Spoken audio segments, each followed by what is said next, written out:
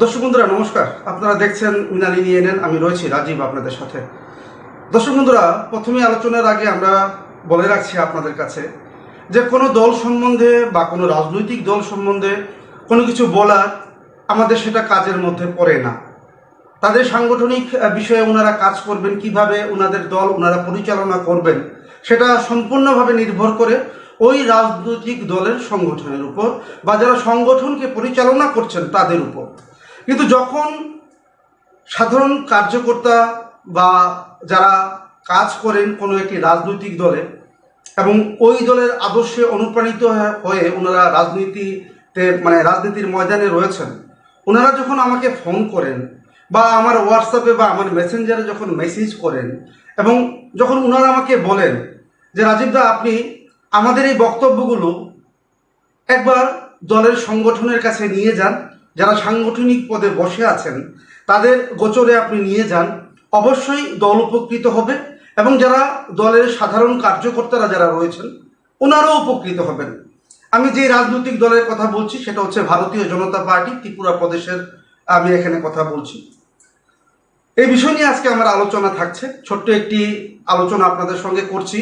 আমি ভাবিনি এই ধরনের আলোচনা আপনাদের সঙ্গে করব, কিন্তু যখন কোনো রাজনৈতিক দলের কর্মীরা আমাকে অনুরোধ করেন, যেহেতু আমি আপনাদের হয়ে কাজ করি, তখন ওনাদের কথাকে মাথায় রেখে এই সকল বিষয় নিয়ে আলোচনা আমাদের করতে হয়। তাই আজকে আমি এই আলোচনাটুকু আপনাদের সামনে করছি।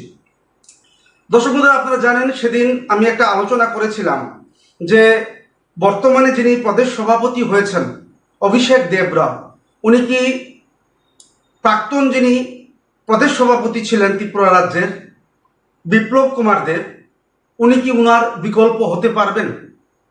এই আলোচনাটুকু অনেকে দেখেছেন, যারা বিজেপি দলের রাজনৈতিক কার্যকর্তারা যারা রয়েছেন ওনারাও দেখেছেন এবং ওনাদের কিছু বক্তব্য আমি সেখান থেকে আমি গ্রহণ করি। পরবর্তী সময়ে আমরা দেখতে পেয়েছি যে বিজেপির প্রদেশ সভাপতি যেদিন ওনাকে রবীন্দ্র শতবার্ষিকী ভবনে ওনাকে যখন সম্মান দেওয়া হয় এবং ওনার কাজের দায়িত্ব ওনাকে ধরিয়ে দেওয়া হয় দলের পক্ষ থেকে, তখন প্রথমেই উনি ভাষণ দিতে গিয়ে একটি কথা বলেছেন। উনি বলেছেন যে আপনাদের কাছে আমার আর্নেস্ট রিকোয়েস্ট, আপনারা ফেসবুককে বিচারের একটা প্ল্যাটফর্ম হিসাবে আপনারা সেটাকে করবেন না। ফেসবুকের মধ্যে বিচার যদি আপনারা নিয়ে আসেন তাহলে এতে দল ক্ষতিগ্রস্ত হয় এবং দলের যে সাংগঠনিক কার্যক্রম রয়েছে সেটা ক্ষতিগ্রস্ত হয়। উনি তাই প্রদেশ সভাপতি হয়ে উনি যখন সম্বোধন করছিলেন ওনার কার্যকর্তাদের, তখন উনি এই কথাটা কিন্তু উনি বলেছেন, ওপেন স্টেজে বলেছেন যে ফেসবুককে যাতে বিচারের একটা মাধ্যম হিসেবে না তৈরি করেন যারা কার্যকর্তারা রয়েছেন। এই বিষয়টিকে দলের যারা কার্যকর্তারা যারা রয়েছেন ওনারা কে কিভাবে দেখছেন সেটাকে নিয়ে আমি আজকে বিশ্লেষণ করব, আপনাদের সঙ্গে আলোচনা করব। প্রথমে যে আমাকে একজন লিখেছেন যে বর্তমানে যিনি প্রদেশ সভাপতি হয়েছেন উনি বয়সে কম, কিন্তু উনি কাজ করতে পারবেন, পুরনো বিজেপি কার্যকর্তা। বর্তমানে উনি গোমতী জেলার মাতাবাড়ি কেন্দ্র থেকে উনি বিধায়ক রয়েছেন, উনি পারবেন, যেহেতু উনি একজন ইয়ং ছেলে রয়েছেন, তো সেই জায়গায় উনি ত্রিপুরা রাজ্যের বিভিন্ন জায়গায় যাবেন এবং সংগঠনকে চাঙ্গা করবেন, এটা কিন্তু দলের কার্যকর্তারা মনে করছেন।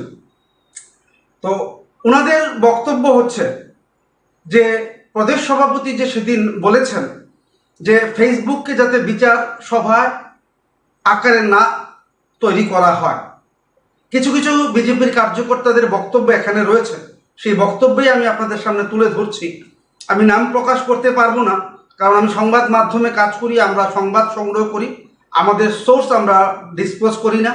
যারা আমাকে বিশ্বাস করেন ওনারা আমাকে এ কথাগুলো বলেন এবং প্রায় সময় আপনাদের থেকে আমি তথ্য পাই এবং সেই হিসেবেই আমি আপনাদের সামনে খবর পরিবেশন করি দর্শক বন্ধুরা, বা আমি খবর নিয়ে আলোচনা করি। ওনাদের মধ্যে একজনের বক্তব্য হচ্ছে প্রদেশ সভাপতি যেটা বলেছেন উনি সম্পূর্ণভাবে সেটাকে সমর্থন করেছেন এবং এটাই হওয়া উচিত। পাশাপাশি উনি লিখেছেন, তাহলে আমাদের মতো যারা কার্যকর্তা, আমাদের মধ্যে যে একটা গ্রিভেন্স রয়েছে বা আমাদের যে একটা অভিব্যক্তি রয়েছে, সেটা আমরা কোথায় গিয়ে বলবো? আমাদের তাহলে জায়গাটা কোন জায়গায়? সেটা যদি প্রদেশ সভাপতি আমাদেরকে জানিয়ে দিতেন, কারণ এতদিন কিন্তু কোনো ধরনের প্ল্যাটফর্ম ছিল না বলে উনি কিন্তু অভিমত ব্যক্ত করেছেন। পাশাপাশি উনি বলেছেন, এতদিন আমরা দলের মধ্যে কাজ করেছি এবং যখন দলের সম্মানের জন্য বা দলকে আরও এগিয়ে নিয়ে যাওয়ার জন্য আমরা কোনো কথা বলেছি, তখন আমাদের এই কথাগুলোকে নেতৃত্বরা নেগেটিভ হিসাবে ওনারা নিতেন এবং এই নেগেটিভ হিসাবে নেওয়ার কারণে যারা মনের মধ্যে কিছু অভিব্যক্তি রেখেছেন, গ্রিভেন্স থাকতেই পারে কোনো না কোনো রাজনৈতিক দলে, সেটাকে সেইভাবে শোনা হতো না।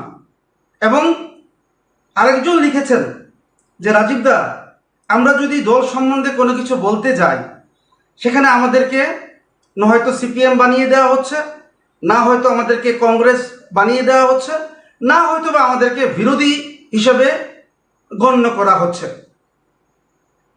এ হচ্ছে একজন কার্যকর্তার বক্তব্য। আরেকজন লিখেছে যে 2018 সালের পর যারা বিজেপি দলে যোগদান করেছে বিভিন্ন দল থেকে এসে, তারা আজকে দলের শীর্ষস্থানে বসে আছে এবং যারা শীর্ষস্থানে বসে আছেন তারা আমাদের মতো কার্যকর্তাদের সেরকমভাবে প্রাধান্য দেয় না, যার কারণে আমাদেরকে বাধ্য হয়ে ফেসবুকে এসে লেখালেখি করতে হয়। আরেকজন ভাই আমাকে লিখেছেন যে 2017 সালে আমি বিজেপিতে যোগদান করেছি, আমি পৃষ্ঠা প্রমুখ ছিলাম, আমি বিস্তারক ছিলাম, কিন্তু দুর্ভাগ্যবশত আজকে এই বিজেপি দলে এসে দেখা যাচ্ছে যারা আমরা একটা সময় শাসকের রক্তচক্ষু, ঘরবাড়ি ভেঙে দেওয়ার থ্রেট, এই সকল ঘটনাগুলোকে আমরা তুচ্ছ ভেবে আমরা এই দলটাকে ক্ষমতায় এনেছিলাম। আমরা 2016 সালে এই দলে আমরা যোগ দিই এবং কাজ করার একটা ইচ্ছা আমাদের মধ্যে জাগে এবং আমি পৃষ্ঠা প্রমুখ এবং বিস্তারক হিসেবেও আমি কাজ করেছি। কিন্তু দুর্ভাগ্যবশত আমরা দেখতে পেয়েছি বা আমাদের মতন আরও কার্যকর্তারা আপনারা দেখতে পাচ্ছেন যে 2018 সালের পর যারা আজকে বিজেপিতে যোগদান করেছেন, ওনারা আজকে দলের শীর্ষস্থানে বসে রয়েছেন। আজকে ওনারা আমাদেরকে শেখাচ্ছেন যে রাজনীতি কিভাবে করতে হয়। অনেকে আবার আরেক ভাই বলেছেন যে তাদের কাছ থেকে আমাদের রাজনীতি এখন শিখতে হবে, যে দলটাকে আমরা এত পরিশ্রম করে এত ঘাম ঝরিয়ে আমরা ক্ষমতায় আনলাম, এখন ওই দলে যারা নতুন এসেছে, যাদের রাজনৈতিক কোনো অভিজ্ঞতা নেই, শুধুমাত্র নেতাদের পদলেহন করে, যাদের মধ্যে কোনো ধরনের যোগ্যতা আছে বলে আমাদের মনে নেই বা আমাদের জানা নেই, তারা আজকে আমাদেরকে পাঠ পড়াচ্ছেন যে বিজেপি কি। এতে উনি খুব ক্ষুণ্ণ হয়েছেন। এই সকল বিষয়গুলো দেখে উনি বলেছেন, আমার মতো অনেক কার্যকর্তা বাড়িতে বসে গেছেন। এই যে ভাই এই বক্তব্যটা আমার কাছে পাঠিয়েছে, সব একদম বাস্তব, যে যখন বিজেপি ক্ষমতায় ত্রিপুরা রাজ্যে এসেছে তখন বিজেপির ক্ষমতা ধীরে ধীরে বেড়েছে এবং 2018 সালে যেই ধরনের একটা ভোটের একটা প্লাবন আমরা দেখতে পেয়েছিলাম বিজেপির পক্ষে, সেটা অবশ্যই এই সকল ভাইদের কারণে হয়েছে। উনি তো স্বীকার করেছেন যে বিভিন্ন রক্তচক্ষু উপেক্ষা করে আমরা ময়দানে থেকে রাত্রিবেলা না ঘুমিয়ে না খেয়ে এই দলটাকে ক্ষমতায় এনেছি। এখন আমরা এই দল সম্বন্ধে কোনো কিছু বলতে পারছি না, দলের ভালো কিছু আমরা করতে পারছি না। এতটা দিন এইভাবে চলছে এই বিজেপি দলটা, আমাদের বলার জায়গা নেই। আমরা কোথায় গিয়ে আমাদের অভিমত ব্যক্ত করব? সংগঠন যাতে ভালো চলে, বিজেপি যাতে আরও থাকতে পারে ত্রিপুরা রাজ্যে, আমাদের কথা বলার প্ল্যাটফর্ম বিজেপি আমাদের কাছ থেকে কেড়ে নিয়েছে বলে এই দাদা অভিমত ব্যক্ত করেছেন। আরেকজন বলেছেন যে দাদা এত কষ্ট করে বিজেপিটাকে আমরা ক্ষমতায় আনলাম, আজকে নূতনের জোয়ারে বিজেপি ভাসছে, আমাদের মতন কার্যকর্তা এখন আর বিজেপিতে প্রয়োজন নেই, আমরা এখন ব্রাত্য হয়েই রয়েছি, ভবিষ্যতে কি হবে জানি না, কিন্তু অনেক আশা করে বিজেপিকে ক্ষমতায় এনেছিলাম, কিন্তু বিজেপির নেতৃত্ব আমাদেরকে সঠিকভাবে মূল্যায়ন করেননি, এখনো মূল্যায়ন করছে না।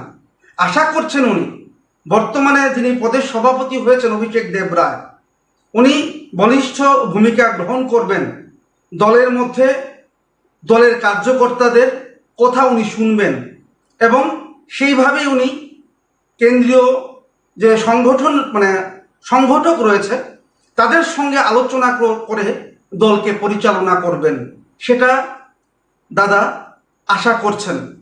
এবং আরেকজন বলেছেন যে বর্তমানে যিনি প্রদেশ সভাপতি হয়েছেন উনি অনেক ছোট, কিন্তু আমি ওনার বক্তব্যকে সম্পূর্ণভাবে সমর্থন করি।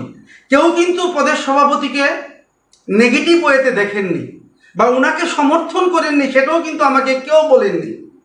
ওনাদের বক্তব্য হচ্ছে একটাই, যে 2018 সালের পর থেকে যারা প্রকৃত বিজেপি কর্মী, যারা বিজেপির জন্য বুক চিতিয়ে মাঠে ময়দানে ছিলেন, আজকে তাদেরকে ব্রাত্য করে রাখা হয়েছে এবং তাদেরকে একটা সিম্বল দিয়ে দেওয়া হচ্ছে যে তোমরা নেগেটিভ, তোমরা বিরোধী, তোমরা ওই দলের, তোমরা এই দলের। এতে ওই সকল কার্যকর্তারা কিন্তু মনে মনে ক্ষুণ্ণ হচ্ছেন এবং এতে কিন্তু দলেরই ক্ষতি হচ্ছে। আরেকজন লিখেছেন যে প্রদেশ সভাপতি বলেছেন যে ফেসবুককে আমরা বিচার সভা হিসেবে চালিয়ে দেওয়ার চেষ্টা করছি, এটা থেকে বিরত থাকার কথা উনি বলেছেন। উনি সত্যি কথা বলেছেন, আমাদের দলের ভেতরের কথা কেন ফেসবুকে যাবে? কিন্তু প্রদেশ সভাপতি কি একবারের জন্য কি চিন্তা করেছেন যে আমরা দলের কার্যকর্তা হয়েও আমরা কেন ফেসবুকে আমরা যাচ্ছি, আমাদের বক্তব্য সেখানে তুলছি? কারণ একটাই, বিজেপি দলে এখন যারা রয়েছেন তারা একটা সময় অন্য দল পরিবর্তিত হয়ে আজকে একটা বিশাল জায়গায় গিয়ে ওনারা অবস্থান করছেন। ওনাদেরকে কিছু বলা যাবে না, বললেই দল বিরোধী কার্যকলাপ হিসেবে আপনাকে আখ্যায়িত করা হবে। এতে কি দর্শক বন্ধুরা আপনাদের মনে হয় না যে বিজেপির এতে ক্ষতি হচ্ছে? 45 থেকে 50 হাজার উপর পৃষ্ঠা প্রমুখরা ছিলেন, যারা আপনারা পৃষ্ঠা প্রমুখরা এখন রয়েছেন, 2018 সালে যখন বা 17 সালে যখন আপনারা ছিলেন, কয়জন এখন আপনারা সেইভাবে পৃষ্ঠা প্রমুখের দায়িত্বে আপনারা আছেন? একজন পাঠিয়েছেন আমাকে যে রাজীব দা, আমি তো পৃষ্ঠা প্রমুখ 2017 সাল থেকে, কিন্তু বর্তমানে এই বিজেপি আমলে আমরা উষ্ঠা প্রমুখ হিসাবে পরিগণিত হয়েছি। আমরা 25টা বছর কষ্ট করেছি, ঘর ছাড়া ছিলাম, কিন্তু ভেবেছিলাম যে এই দলটা যদি আসে আমাদের দিন ফিরবে, কিন্তু দুর্ভাগ্যবশত আমাদের আর সেই দিনের মুখ আমরা দেখতে পাইনি। আজকে বিজেপি দলের মধ্যে এমন কিছু দুর্নীতিগ্রস্ত নেতা নেত্রী ভরে গেছে, যেখানে আমাদের কথা গুরুত্ব সেরকম ভাবে দল দিচ্ছে না। আরেকজন বলেছেন যে বর্তমান প্রদেশ সভাপতিকে আমি অভিনন্দন জানাচ্ছি রাজীব দা, শুধু একটা কথাই বলবো, যেহেতু উনি প্রদেশ সভাপতি হিসাবে মনোনীত হয়েছেন, কেন্দ্রীয় সংগঠক ওনাকে মনোনীত করেছেন, আর যেহেতু আমি কার্যকর্তা, আমি দাম পাচ্ছি না এত পরিশ্রম করার পরেও, তথাপি আমি বিজেপিকে ভালোবাসি, আমি বিজেপি ছাড়তে পারবো না, অনেক কষ্ট করেছি, বিজেপিকে আমি ছাড়তে পারবো না। কিন্তু একটা কথা আমি আপনাকে জানিয়ে রাখছি, আপনি দয়া করে আমাদের এই বক্তব্যগুলো প্রদেশ সভাপতির দৃষ্টিতে নিয়ে যাবেন। আশা করি এই প্রদেশ সভাপতি আমাদের এই বক্তব্যগুলোকে গুরুত্ব সহকারে দেখবেন এবং একটা ভূমিকা নেবেন বিজেপির স্বার্থে বা দলের স্বার্থে।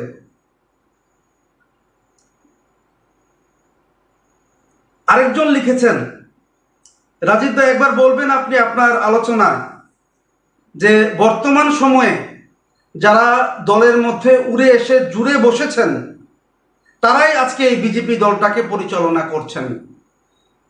যারা ভালো ভালো বিজেপি কার্যকর্তা, পুরনো কার্যকর্তা, যারা বিজেপির ফাউন্ডার মেম্বার, তাদেরকে আজকে সেরকম ভাবে গুরুত্ব দেওয়া হচ্ছে না, তাদের থেকে পরামর্শ নেওয়া হচ্ছে না।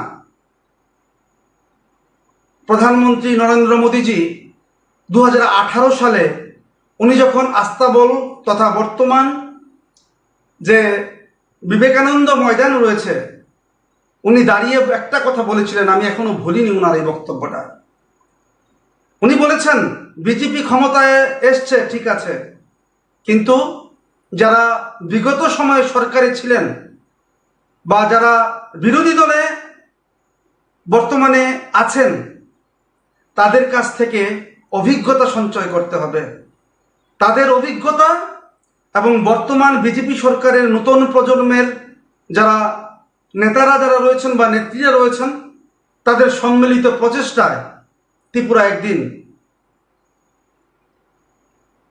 এমন এক মডেল রাজ্যে পরিণত হবে, সেটা ভারতবর্ষের মধ্যে একটা দৃষ্টান্ত স্থাপন করবে। নরেন্দ্র মোদী কিন্তু এই বিবেকানন্দ ময়দানে দাঁড়িয়ে 2018 সালের যে প্রথম যখন ওথ নেওয়া হয় তার আগে যে জনসমাবেশ হয়েছে, উনি কিন্তু এই বক্তব্যটুকু রেখেছেন। আজকে বিজেপি দলে যারা যারা মাতব্বর, যারা দাদারা বলছেন, যারা উড়ে এসে জুড়ে বসেছেন, যারা বিজেপিটাকে কামাই বাণিজ্যের একটা দোকানে পরিণত করেছেন, বিজেপি দলকে বদনাম করছেন, নেশা বাণিজ্যে নিজেদেরকে ওতপ্রোতভাবে জড়িয়ে দিয়েছেন। অনেকে আবার এও লিখেছেন, দুঃখ লাগে যে এই বিজেপি দলটাকে আমরা ক্ষমতায় এনেছি, আজকে দেখা যাচ্ছে দলের উপরতলা কয়েকজন নেতা, নাম বলেছেন উনি, কিন্তু আমি সেই নামটা এখানে মেনশন করছি না, দুজনের নাম বলেছেন, বাকিদের নাম বলেছেন, কিন্তু আমি সেটা এখানে আপনাদের সামনে শেয়ার করতে পারবো না, সবার একটা সম্মান রয়েছে। দাদা বলেছেন আমরা এত পরিশ্রম করেও আমরা আজকে সেই ধরনের ভালোবাসা বিজেপির কাছ থেকে আমরা এখনো পর্যন্ত পাইনি। আজকে দলে যারা কয়েকজন ওপর তোলার নেতৃত্বরা যারা রয়েছেন, আপনি তো বারবার বিভিন্নভাবে রাজীব দা বলেন আপনার নিউজে, কোথায় সরকার কি ধরনের ভূমিকা নিচ্ছে? সরকারের যারা আছেন তারা কি জানেন না এই নেশা বাণিজ্যের সঙ্গে ওপর তোলার কারা কারা যুক্ত? তারা কামাই বাণিজ্য করে যাচ্ছে প্রতিনিয়ত। একজন লিখেছেন, দাদা রাজীব দা, উনি কিছু দলের নাম বলেছেন, আমি এখানে নাম মেনশন করছি না, উনি বলেছেন বয়স বেশি হবে না, 26, 27 বা 30-এর মধ্যে হবে। একটা সময় ছোট্ট একটা বেড়ার ঘরে থাকতেন, টিনের চালা দিয়ে দোচালা ঘরে থাকতেন। আজকে আপনি যান বাড়িতে, ওনার বাড়িতে যান, একটা ফটো তুলে পাঠিয়েছেন আমাকে, সেও আমার ছোট ভাই। আজকে তার বাড়ি অট্টালিকা সম, এই ধরনের অট্টালিকা সম বাড়ি গাড়ি আজকে আপনি সারা ত্রিপুরা রাজ্যের অনেক মণ্ডলে গিয়ে পাবেন, যাদের একটা সময় কিছু ছিল না, কিন্তু যারা প্র্যাকটিক্যাল, যারা বিজেপি করেছেন, যারা বিজেপিকে সেইভাবে ভালোবেসে 2018 সালে ক্ষমতায় এনেছিলেন, ওনারা আজকে বিজেপিকে দোষারোপ করছেন। অনেকে আমাকে করেছেন, আমার সৌভাগ্য যে ওনারা একবারের জন্য চিন্তা করেননি যে রাজীব দা যদি নামগুলো মেনশন করে হয়তোবা দল আমাকে বহিষ্কার করবে। আমাকে বিশ্বাস করেছেন ওনারা। আমি কথা দিয়েছি যেদিন আমি আলোচনা করব তারপরের দিন আপনাদের মেসেজগুলোকে আমি ডিলিট করব। আমি কথা দিয়েছি, আমি আজকে রাত্রিবেলায় ওনাদের মেসেজগুলোকে আমি ডিলিট করব, কিন্তু আমি বিশ্বাস করুন দর্শক বন্ধুরা, আমি গর্ববোধ করছি বিজেপির একনিষ্ঠ কর্মীরা আজকে আমাকে এই ধরনের বক্তব্য রাখার জন্য, সরকারের দৃষ্টি আকর্ষণ করার জন্য, দলের দৃষ্টি আকর্ষণ করার জন্য, প্রদেশ সভাপতির দৃষ্টি আকর্ষণ করার জন্য আমাকে অনুরোধ করেছেন। এখন দেখার বিষয় দল এই সকল বিষয়গুলোকে কিভাবে কার্যকর্তাদের সাথে নিয়ে, যারা প্রকৃত কার্যকর্তা তাদেরকে সাথে নিয়ে দল সামনের দিকে এগিয়ে যায়। সবাই চাইছে, যারা একটা সময় বিজেপি দলকে ভালোবেসে বিজেপিটা করেছে, আমি একটু আগে বলেছি এত সহজ হয়নি বিজেপিকে ত্রিপুরায় আনার জন্য। অনেক কষ্ট করেছেন, অনেকে ঘাম ঝরিয়েছেন, রক্ত দিয়েছেন, তারপর আপনারা ক্ষমতায় এনেছেন। আজকে যারা এনেছেন তারা আজকে আমাকে কমপ্লেন করছেন।